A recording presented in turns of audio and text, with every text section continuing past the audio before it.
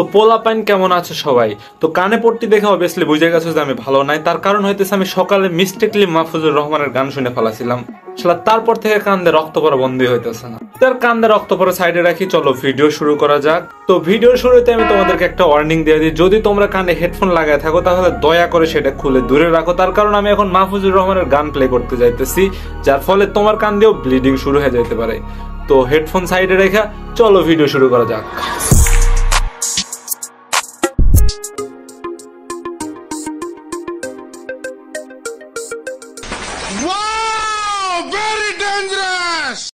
তো প্রথমে ভাবছিলাম এই গানটা নিয়ে কথা বলবো, কিন্তু এই গানের ভিএফএক্স দেখার পর মনে হইতেছে চাঁদে যা বসে থাকবো আমি। মার্ভেল আর ডিসি তো এমনিতে বিখ্যাত, অরিজিনাল ভিএফএক্স তো মাহফুজুর রহমান কাকুর গানে পাওয়া যায়। তোমরা যদি কেউ এই মাহফুজুর রহমানের চিনা না থাকো তাহলে দেখে নাও, এই গ্যাসের সিলিন্ডারের মতো ভুরিওয়ালা কাকুটাই হইতেছে কুখ্যাত মাহফুজুর রহমান, যে কিনা তার গানের পাওয়ার দিয়া যে কারোর কানে ব্লিডিং করাইতে পারে। তো এই কাকুর অনেক ইচ্ছা ছিল বিভিন্ন দেশে যা ঘুরে ঘুরে মিউজিক ভিডিও বানাবো, কিন্তু দুর্ভাগ্যবশত কোনো দেশে তার ভিসা দেয় নাই। তার কারণ সব দেশেই তার জনপ্রিয়তা আছে, তার পাওয়ার সম্পর্কে সবাই জানে, কিন্তু কাকুরে কেউ থামাইতে পারে নাই। সে তার ইচ্ছা পূরণ করার জন্য স্টুডিওতে বৈশা ভিএফএক্স এর মাধ্যমে বিভিন্ন দেশে দেশে যায় গান তৈরি করছে। তো এত ইচ্ছা শক্তির জন্য হলেও কাকুর জন্য একটু হাততালি হয়ে যাক।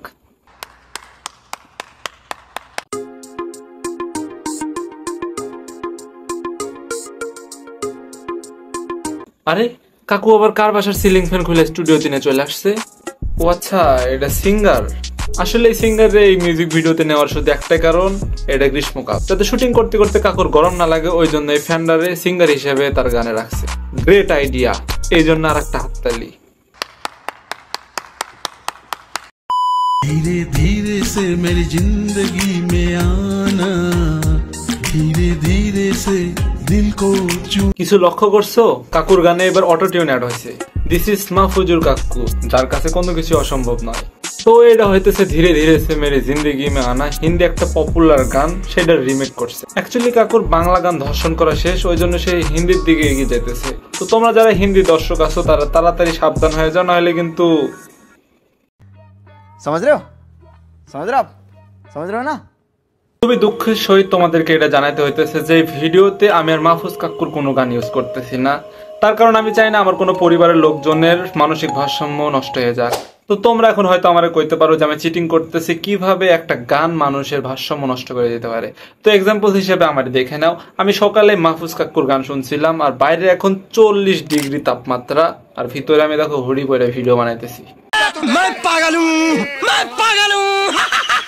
তো আর মাহফুজ কাকুর বদনাম তো প্রচুর করলাম। অ্যাকচুয়ালি মাহফুজ কাকুর গানের একটা কিন্তু ভালো দিক আছে। ধরো তোমার কোনো শত্রুকে তুমি শায়েস্তা করতে চাও, তো সেই ক্ষেত্রে কি করবে? জাস্ট মাহফুজ কাকুর সংটা প্লে করে দিবা, তারপর শুধু দাঁড়ায় থেকে দেখবে যে কি হইতেছে এখানে। যেমন ইনি হচ্ছেন মিস্টার মতিন। নাম মতিন হলেও তার কিন্তু শত্রু অনেক। বলতে বলতেই কিছু শত্রু তাকে ধরে ফেলেছে এবং বলতেছে, কিরে মতিন, আজকে তো তুই একলা, আর দেখ আমরা 4 জন, আজকে তোর কি হবো? কে কইছে তো আমি একা? আমার সাথে মাহফুজুর রহমানের গান আছে। রান। তো यार আজকের ভিডিও এত দূরই। মাহফুজ কাকুর নিয়ে কথা বলার মতো রুচি আর আমি পাইতেছি না। তো দেখা হইতেছে আবার পরবর্তী ভিডিওতে। টাটা।